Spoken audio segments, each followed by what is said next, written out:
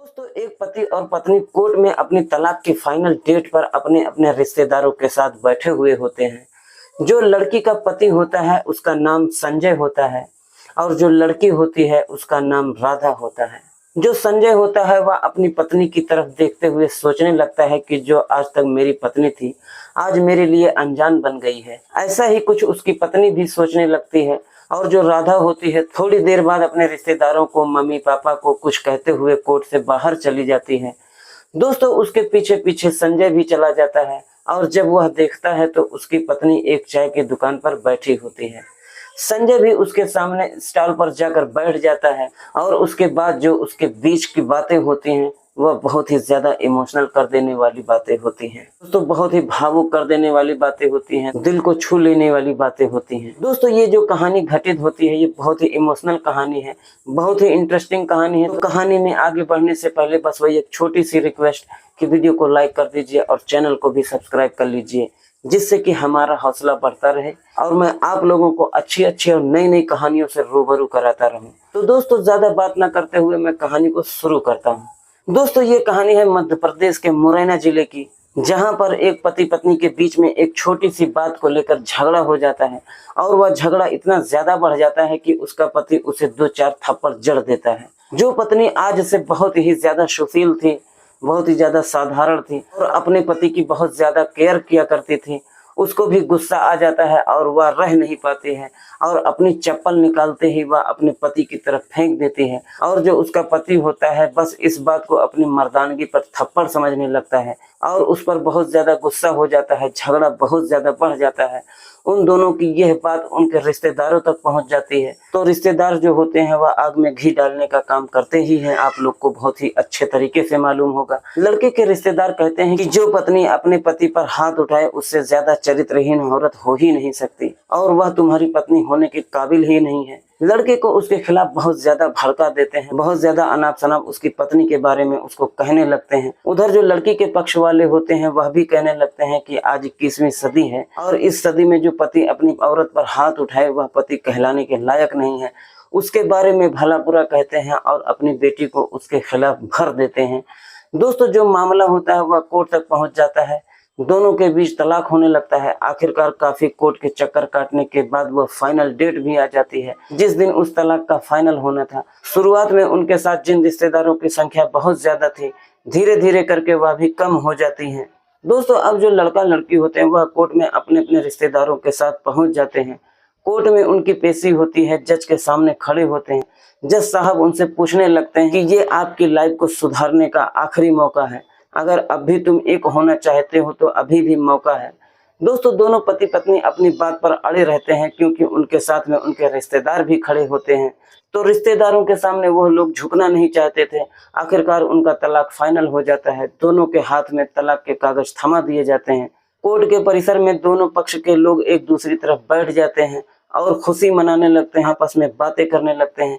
दोस्तों, तभी जो लड़का होता है, जो संजय होता है, वह अपनी पत्नी की तरफ देखता है और सोचने लगता है जो आज तक मेरी पत्नी थी, जिससे मैं बहुत ज्यादा प्यार करता था, जो मेरी केयर किया करती थी, आज मेरे लिए एक अनजान औरत बन गई है जिसे मैं छू तक नहीं सकता। उधर वह लड़की भी ऐसा ही सोचने लगती है और थोड़ी देर बाद जो राधा होती है वह अपने परिजनों को कुछ कह करके कोर्ट से बाहर चली जाती है। उसी के साथ साथ संजय भी चला जाता है और देखता है तो उसकी पत्नी चाय की दुकान पर बैठी होती है और उसी के सामने रखे हुए एक कुर्सी पर बैठ जाता है। तभी वह अपनी पत्नी से कहता है कि बधाई हो, आखिर तुम्हारे दिल की तमन्ना पूरी हो ही गई, तुम्हारा और मेरा तलाक हो ही गया। लड़की भी कहती है कि तुम्हें भी बधाई हो, तलाक तो तुम्हारा भी हुआ है। दोस्तों, वह कहता है कि मुझे तुम्हें 5 लाख रुपए प्रति माह देने हैं, मेरे पास अभी तो नहीं है। जो मेरा फ्लैट है वह मैं तुम्हारे नाम कर देता हूँ ताकि तुम अपनी जिंदगी अपनी बेटी के साथ अच्छे से गुजार सको। दोस्तों, जो उसकी पत्नी होती है वह कहती है कि मुझे फ्लैट की जरूरत नहीं है, जो तुम 5 लाख रुपए दोगे और 10,000 पर मंथ दोगे मैं उसी से काम चला लूंगी। अगर तुम्हारे पास अभी नहीं है तो कोई बात नहीं, मुझे तुम बाद में दे देना। दोस्तों, थोड़ी देर बाद चाय वाला उसकी पत्नी को चाय पकड़ाता है और जैसे ही वह चाय पकड़ती हो तो उसकी पीठ में दर्द हो जाता है। उसका पति कहता है कि क्या हुआ, तुम्हारी पीठ का दर्द ठीक है? वह कहती है ठीक है, कभी कभी हो जाता है, तुम्हारे और मेरे अलग होने के बाद कभी दवाई ले लेती। उसकी पत्नी उसे पूछने लगती है, तुम्हारे भी तो कंधे में दर्द होता था, उसका क्या हुआ? वह कहता है कि अब सही है। तुमसे अलग होने के बाद मैं अपनी केयर ही नहीं कर पा रहा हूँ। मेरा भी तुम्हारे ही जैसा हाल है, कभी दवाई ली तो कभी नहीं ली। उसका पति मन ही मन सोचने लगता है कि कितनी भोली है मेरी पत्नी। जब कभी वह बीमार हो जाती तो पैसे बचाने के लिए मुझे नहीं बताती, और मैं बीमार हो जाता तो मुझे तुरंत हॉस्पिटल में लेकर पहुंच जाती। मेरा हर जन्मदिन मनाती, थोड़े थोड़े पैसे बचाकर, थोड़े थोड़े पैसे इकट्ठे कर कर मेरा हर जन्मदिन बहुत अच्छे तरीके से मनाती। दोस्तों, उधर वह उसकी पत्नी होती है जो राधा होती है, वह भी सोचने लगती है कि कितना अच्छा है मेरा पति, मुझे कितना प्यार करता था। जब हम हरिद्वार गंगा नहाने गए थे, मैं नदी में डूब रही थी तो उन्होंने बगैर कुछ सोचे समझे पानी में छलांग लगा दी, और जबकि उन्हें तैरना भी नहीं आता था। दोस्तों, ऐसे ही दोनों बातें करते करते दोनों बहुत ज्यादा इमोशनल हो जाते हैं। दोनों एक दूसरे के आंखों को देखकर रोने लगते हैं और एक दूसरे के आंखों में आंसू आ जाते हैं, और दोनों एक दूसरे के बारे में बातें ही करते रहते हैं जो उन्होंने पहले प्यार भरे लम्हे गुजारे थे।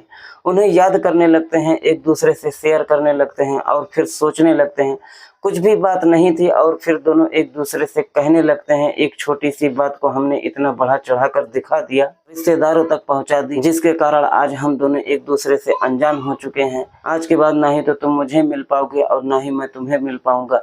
दोस्तों, वो इतने ज्यादा भावुक हो जाते हैं। लड़का उससे कहता है कि मैं तुमसे आज भी बहुत ज्यादा मोहब्बत करता हूँ। जब तुम मुझसे दूर चली गई तो मुझे एहसास हुआ, एक छोटी सी बात को मैंने कितना बढ़ा चढ़ाकर बात का बतंगड़ बना दिया।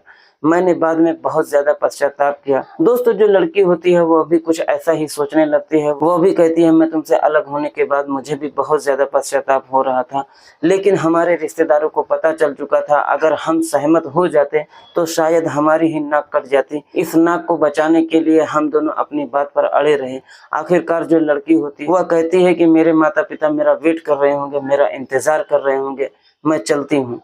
तभी लड़का बहुत ज्यादा इमोशनल हो जाता है, उसकी आंखों में आंसू आ जाते हैं और उसे कहता है रुको। वह कहने लगता है कि क्या हम दोबारा नहीं मिल सकते। दोस्तों, लड़की कहती है, जो राधा होती है वह कहती है, अब बहुत ज्यादा लेट हो चुका है, हमारे परिजन जो है वह बहुत ही बुरा मान जाएंगे। लड़का कहता है कि हमारे परिजनों ने ही, हमारे रिश्तेदारों ने ही हमें यहाँ तक पहुँचाया है। लड़का कहने लगता है कि हमारे परिजनों की बदौलत थी आज हम एक दूसरे के सामने खड़े हैं, वो भी अनजान बनकर। दोस्तों, जो लड़का होता है वह अपने हाथ में तलाक के कागजों को फाड़ देता है। अब जो उसकी पत्नी होती है वह भी अपने कागजों को फाड़ देती है, और दोनों एक दूसरे के हाथों में हाथ डालकर अपने रिश्तेदारों के पास पहुंच जाते हैं। जो ही उनके रिश्तेदार उनको देखते हैं, दोनों को बहुत बुरा भला कहने लगते हैं, अगर तुम दोनों को एक ही होना था तो मेरा इतना समय क्यों बर्बाद किया, इतना टाइम क्यों बर्बाद किया, क्यों समाज में हमारी बेइज्जती करवाई। मगर दोस्तों, वह दोनों उनकी एक नहीं सुनते हैं। दोनों अपने घर पर चले जाते हैं, दोबारा अपने घर को बसा लेते हैं। दोस्तों, ऐसी ही कुछ घटनाएं हमारे जीवन में भी हो जाती हैं कि हम छोटी छोटी बातों को लेकर इतना ज्यादा बात का बतंगड़ बना देते हैं, जिसके बाद हमें बहुत ज्यादा पश्चाताप करना होता है, और कभी कभी तो पश्चाताप की भरपाई करने के लिए हमारे पास कुछ समय ही नहीं होता है। दोस्तों, अगर आप लोगों को मेरी ये छोटी सी कहानी आप लोगों को अच्छी लगी हो तो प्लीज वीडियो को लाइक करें और चैनल को सब्सक्राइब कर बेल आइकन को जरूर प्रेस करें। मैं हूं आपका दोस्त इरफान और आप देख रहे हैं इंडियन फिल स्टोरी। दोस्तों, आज की वीडियो में बस इतना ही। मिलते हैं किसी और वीडियो में किसी नई कहानी के साथ। जब तक के लिए आप अपने और अपने परिवार का ख्याल रखिए। जय हिंद, जय भारत।